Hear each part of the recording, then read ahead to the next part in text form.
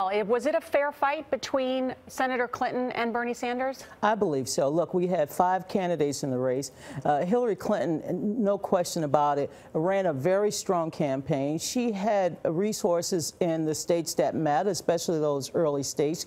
She won 3 out of the 4 early states, and she went on to win more votes than Senator Sanders. But my purpose in looking into what happened was to find out if anything happened that we did not anticipate. And what I learned was there was a memorandum of understanding in addition to the joint fundraising agreement that hampered the DNC's ability to control its communication and some of its financial investments. Well, and I pointed that out. That's not entirely true, Donna. What happened was that in 2015, both Secretary Clinton and Bernie Sanders signed an agreement with the DNC, right? The DNC was deep in debt, and they agreed to help replenish its coffers. Nora, I was the vice chair of the party, and I had no idea there was a separate memorandum that gave one candidate control over selecting staff in 3 or 4 departments. Now, it may not be illegal, but I thought this was a supplemental agreement. A supplemental agreement that when I became chair, when I figured out, why can't I spend money? Why can't I go out there and make some other strategic investments?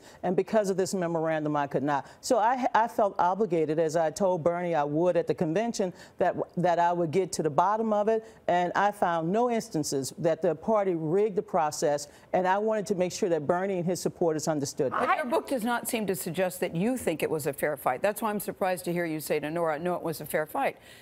Your book seems to suggest that you're bitter, you're angry, and on top of all of that, you seem very hurt. But it doesn't seem like you think it was a fair fight, Donna. You even called Bernie to explain to him, I found the cancer here. That doesn't sound like you think it's fair. I'm also, first of all, I'm a member of the Democratic establishment in terms of, I'm on the Rules Committee. It is a fair fight. We don't set primary dates. They're set by the states. We set caucus dates. You called Bernie to tell him what? I called Bernie to explain to him that there was cancer that I could not destroy. And I could not destroy it because of this memorandum. I had 2 choices to make, and I think Bernie agreed with me. One was to expose it and expunge it and then disrupt the party in September of 2016, or to wait until the election was over with and to rid the party of basically allowing any candidates. But look, Hillary Clinton did something for the party that everyone should understand. The party was broke, and she gave the party a lifeline of resources in order for us to compete, and that's what she did for the general election. Let me shift to this. But now you're claiming that Hillary Clinton and her campaign treated you like Patsy the slave. Well, that's no. I said I felt like Patsy the slave. I didn't say they. Look, first of all, I want to correct the record because I've known Gail for a long time. She's been my editor, so she's tough. But there's no question that I was upset. I was upset because we were hacked. This country was hacked by a foreign country, a hostile country. We were Donna, we were torn apart. In the book, I read the book, that you were upset with Robbie Mook, certainly. You also sound very angry with Hillary Clinton. Yes, the hacking was an issue. My emotions are my emotions. But there's no question that I was very upset at the time because, look, I'm chair of the party. I have a lot of skin in the game. I don't report to the Democratic establishment. I report to the voters. And what I wanted the voters to understand, and the people who support the Democratic Party, is that our party was under attack. We had to deal with a hostile foreign government, the hacking, and at the same time, I had to, like most campaigns, you have family squabbles.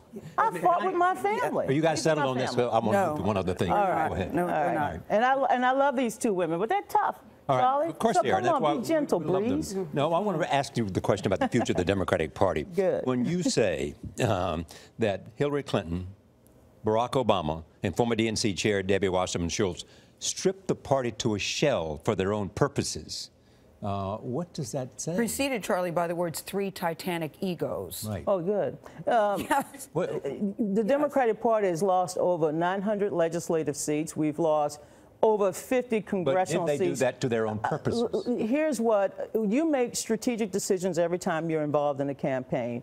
And if you're only targeting the 18 states in the District of Columbia that could bring you to 270 electoral votes, and you're not allowing people in Louisiana, or Tennessee, or Nebraska to get resources, yes, I do believe that you starve the party of leadership, you starve the party of resources, and that's one of the reasons why I'm proud to say that Tom Perez is making a real important important investment in all 50 states, and that's the goal, to restore the Democratic Party. We have an election day today, not just in New Jersey and New York City, but an election day in Virginia. These elections matter, and everyone should get out and vote. Donna, you seem to be upset as DNC chair that they did not take your advice. You reached out to Robbie Mook, and you said they were concentrating on analytics and data. You wanted the emotion and the energy. Yes. They did not take your advice.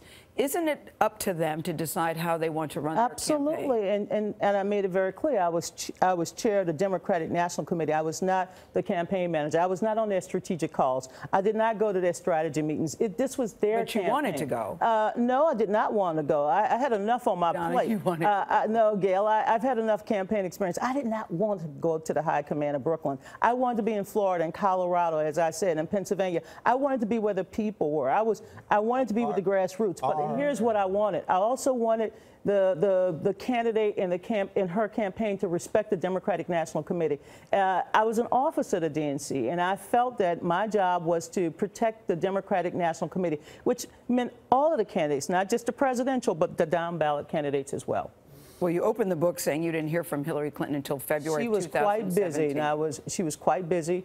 And I recognize that. But you know what mattered? Barack Obama continued to help us raise money. Joe Biden showed up and helped us raise money. And Hillary allowed us to lead the party in good financial shape. Okay, all I can say is you are naming names and taking numbers in this book. At 57, we're Gail, questioning the timing and the motive. 57 with almost 50 years in American politics, I want to tell my truth. I read Hillary's book. I loved it. But this is my story. I hope people will read it. But more importantly, I hope we take the threat of hacking seriously, and that we prepare for the next election. Thank you, Donna Brazile. Hacks is on sale now.